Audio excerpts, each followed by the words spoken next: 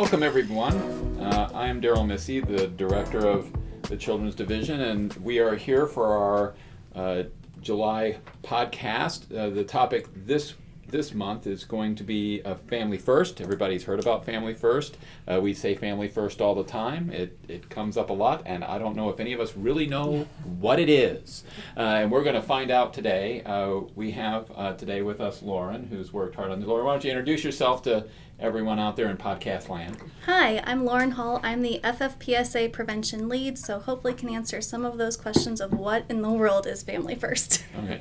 And FFPSA, if you say that, that's the Family First Prevention Services Act. Act. Yes. All right. So what I've learned since I've come to Children's Division is you have to have a full dictionary of acronyms of things that just rattle off because you don't know what they are. But boy, it makes it sound like we know what we're talking about. So FFPSA, that's the topic today. Joni, why don't you give us some history about all this?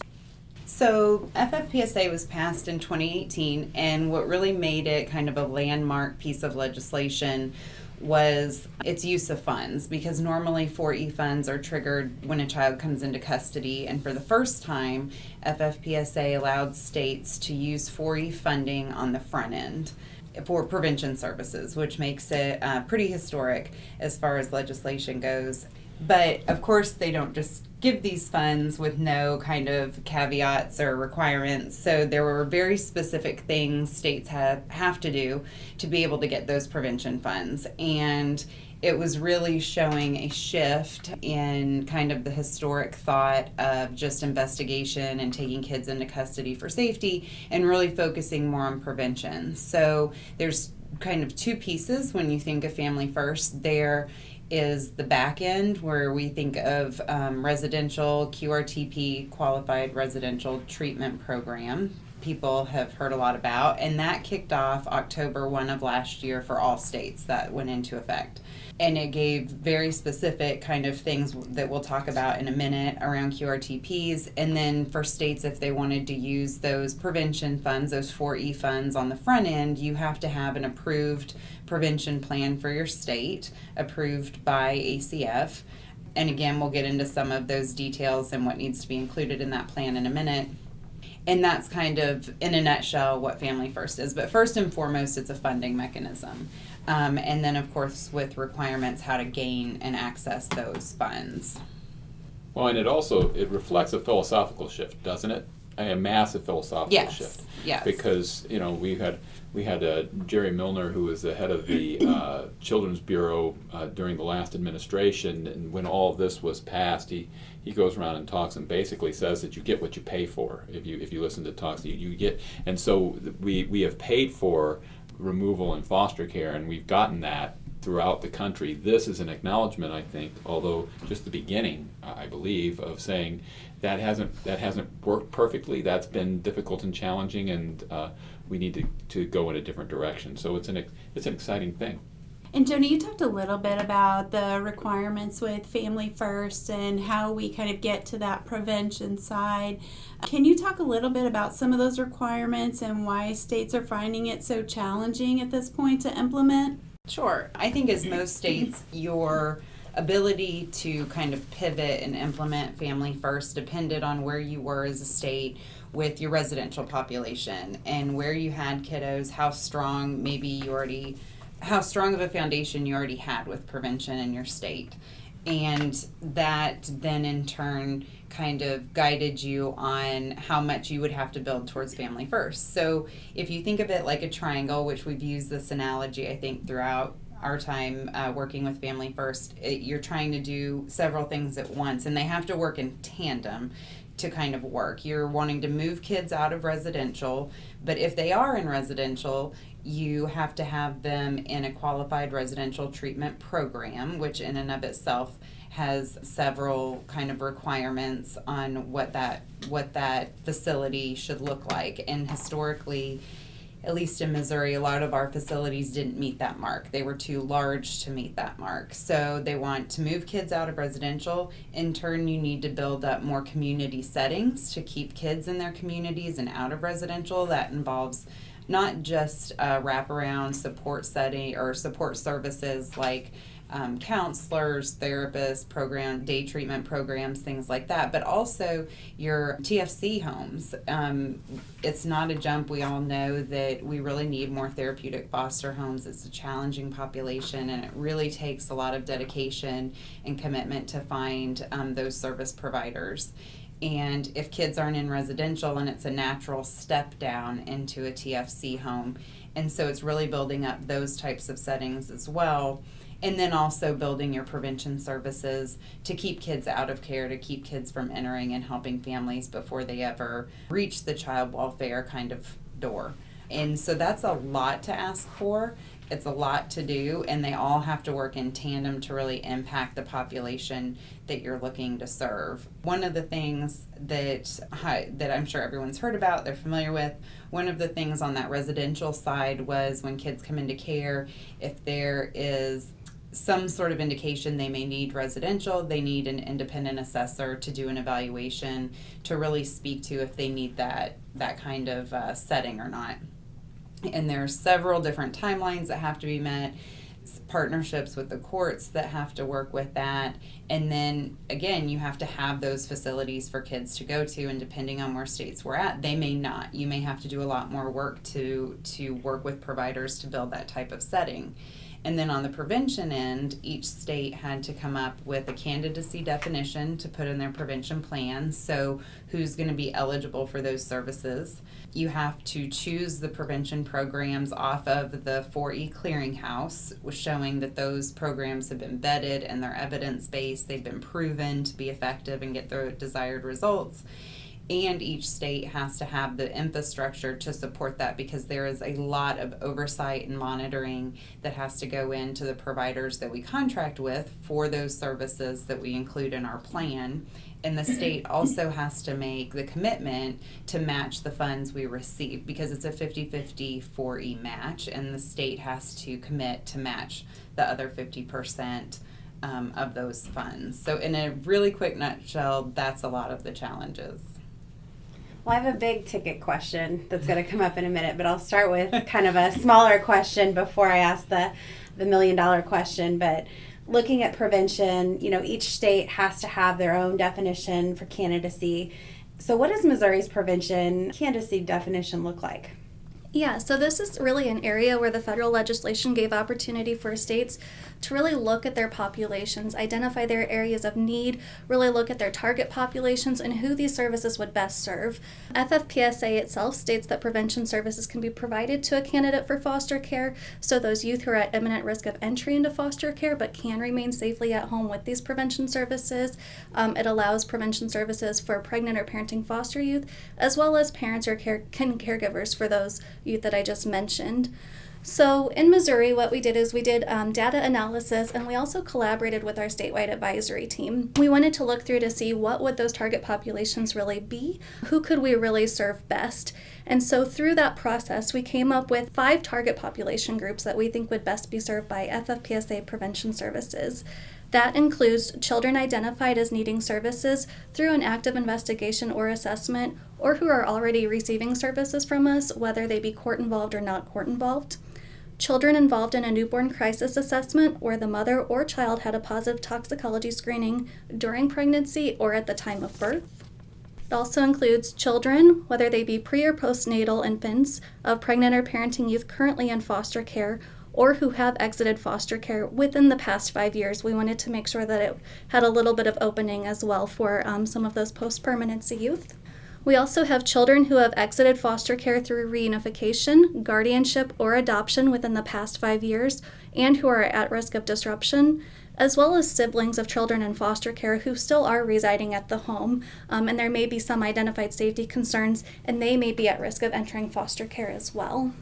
So we really feel that our eligibility in Missouri is very broad. It's exciting to think about the reach that we can have, the families and the children who we can serve, but we also have to keep in mind that these services and involvement in an FFPSA prevention case are voluntary. So keeping that in mind, it's an exciting opportunity, but families are still, it's voluntary for them to be involved in these particular services. And so with that, as Joni mentioned earlier, it's really exciting because this legislation is a funding mechanism. We get that 50% match for the services, but there's also opportunity for a 50% match on the administrative cost as well. So we'll have those FFPSA prevention cases, and the state can get reimbursement, and that helps lead into really the true intent of FFPSA and prevention as a whole, growing and developing over time and expanding. That's really exciting, Lauren. I think, when people, I keep hearing, well, what's your definition? What's your definition? And you think of kind of your textbook, one or two lines of, this is what this is. And it's really short and succinct. But in a definition and how involved this language is, there's a lot to it. And the question that keeps coming up from partners and from legislature and our team is, where are we at with the prevention plan? So, Lauren, where are we at with the prevention plan? Or Joni?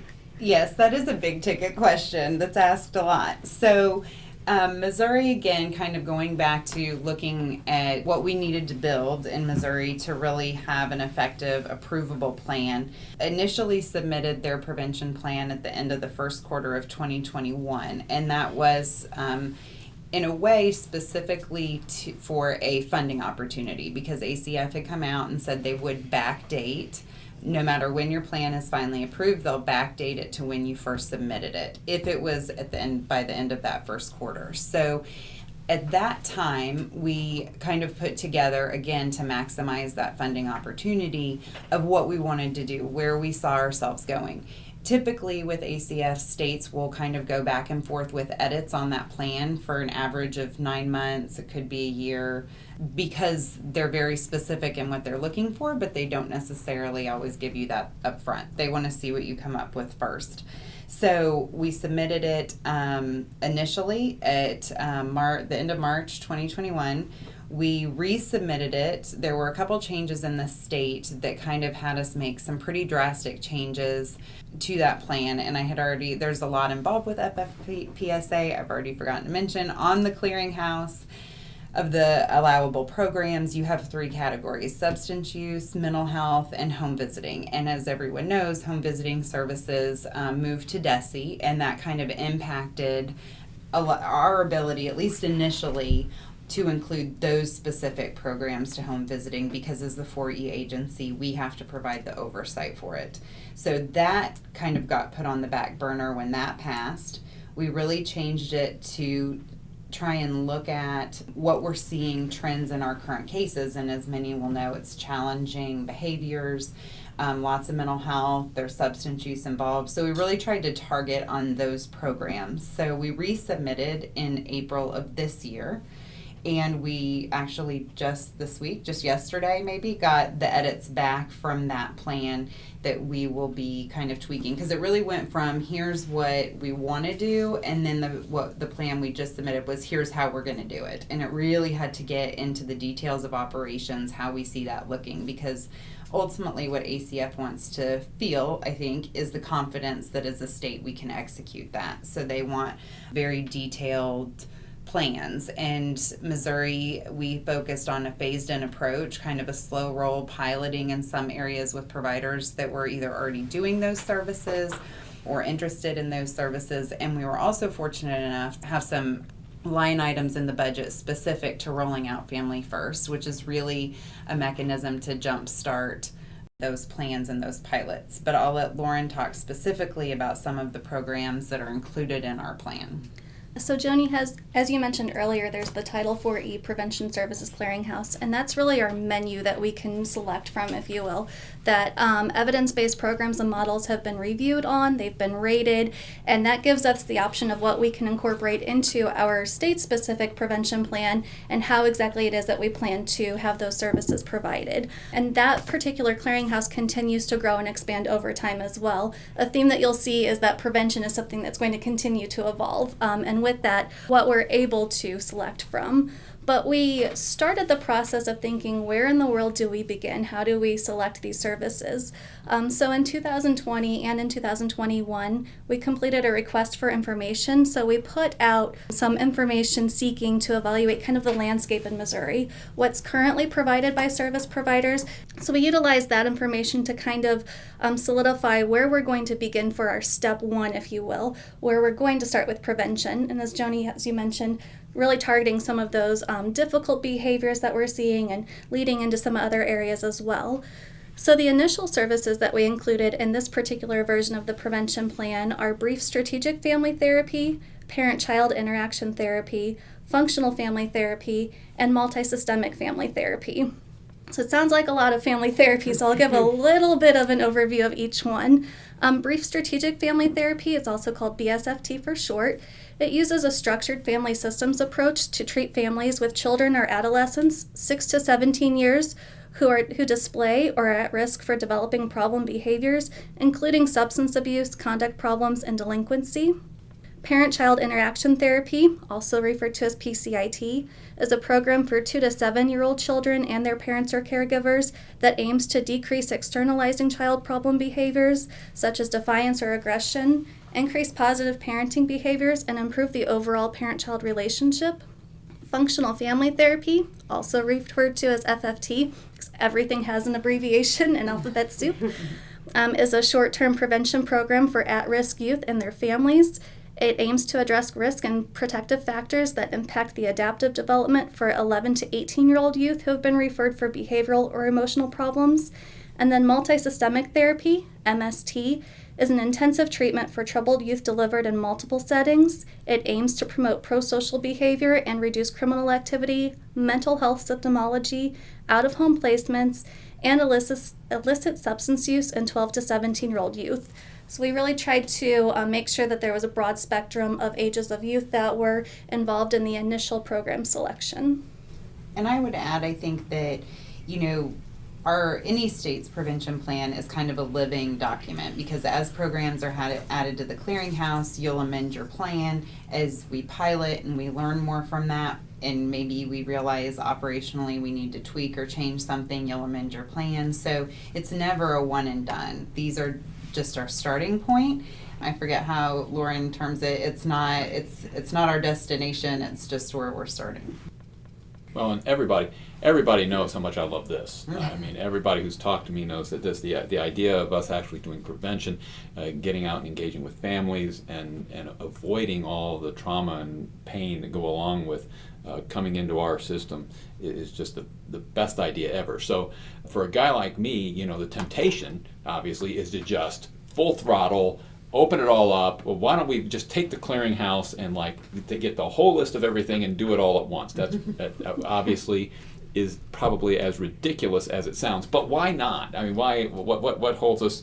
What prevents us from just doing that? Joni? No, I think that's a good question, that we've been asked that before. And I think you have to really understand that it's not just about picking a program and training someone in it or contracting with a provider that says they're doing that. We have to contract with the model purveyors, so those entities that quote unquote own those programs and develop them, to come on site and do fidelity monitoring, teach us to do fidelity monitoring. And Lauren can get into the weeds of what exactly that entails. But I mean, just overarching, it's a lot more than just contracting with people that do it, or even saying, I think the hope is one day, not right now, but we can look at some programs that our own staff can do, but we then have to, as the owner, as the 4E kind of entity, we are the ones responsible for monitoring those services and making sure they're being done to fidelity. But Lauren can get into a little bit more detail about the behind the scenes things that have to happen.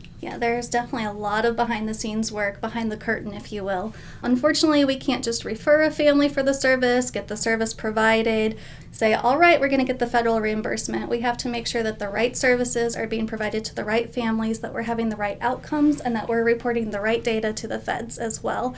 So there's a lot of systems and processes that have to be created for that to occur. As Jenny mentioned earlier, there's contracting that has to happen with that model purveyor as well as with the service provider. So that model purveyor is really who owns that model, that they may have created it. And as I mentioned earlier with the RFI, we may have some existing service providers who are providing a service, but then we also have some who are interested in development as well. So it's kind of a fine balance of trying to identify where it's existing as well as work to have development and create it, because we know that we don't have everything present that's on the clearinghouse, and we want to build and grow to that.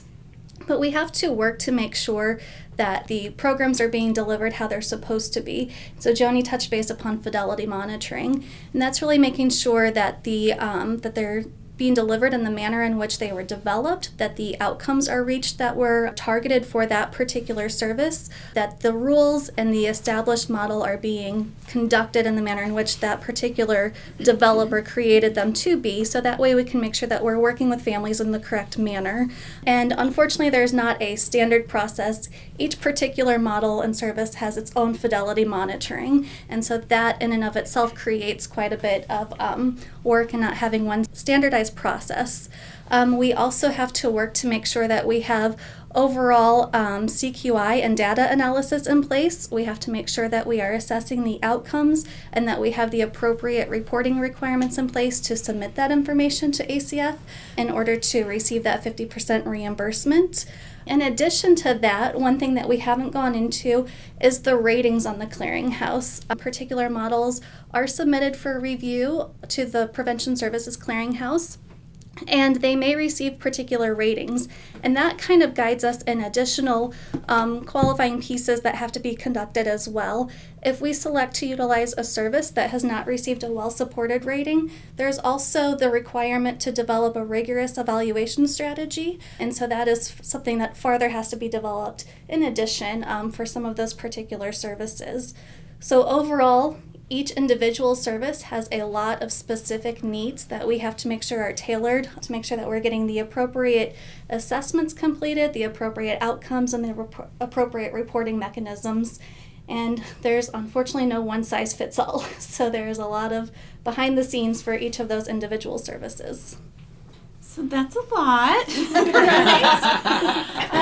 So how can staff learn more and keep up to date, since Family First is kind of ever evolving and there's so many pieces to it?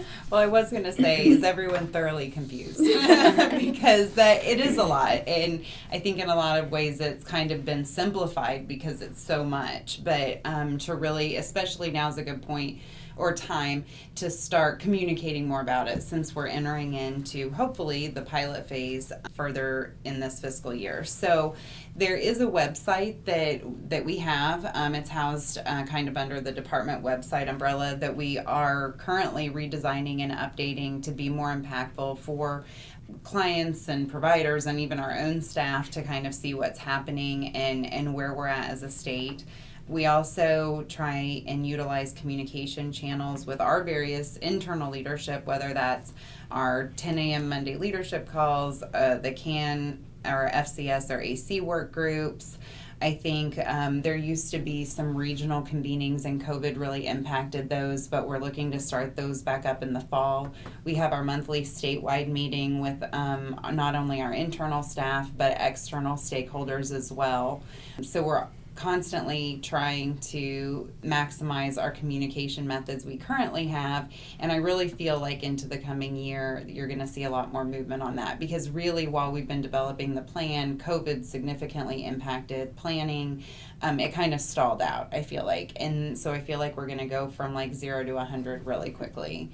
We get invited to other groups as well, such as the Foster Parent Advisory Group, CFSR Committee, and so we're always happy to talk about where things are in planning as well as where we are going, should there be particular questions with other groups. And so we've made sure to have availability in those additional groups to share information.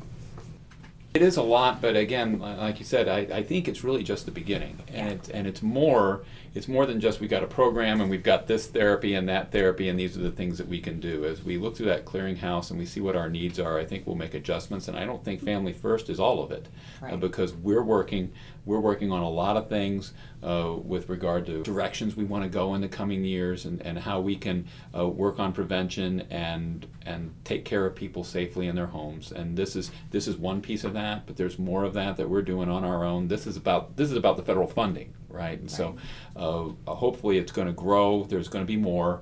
So stay tuned. We're going to do great stuff. So anybody have anything else that they want to talk about today? I would just say, for any staff listening, we work with this every day, and constantly I'm calling Lauren or she's calling me or to talk through something, because it is confusing, and there's a lot of times that it's like, okay, help me understand this, talk this through with me, because it's a lot, and it touches a lot of things. So I would say, as we have questions, feel free to route them up, because no one is going to get this quickly, because it's taken our own state and most states years to kind of understand and develop a concept for it.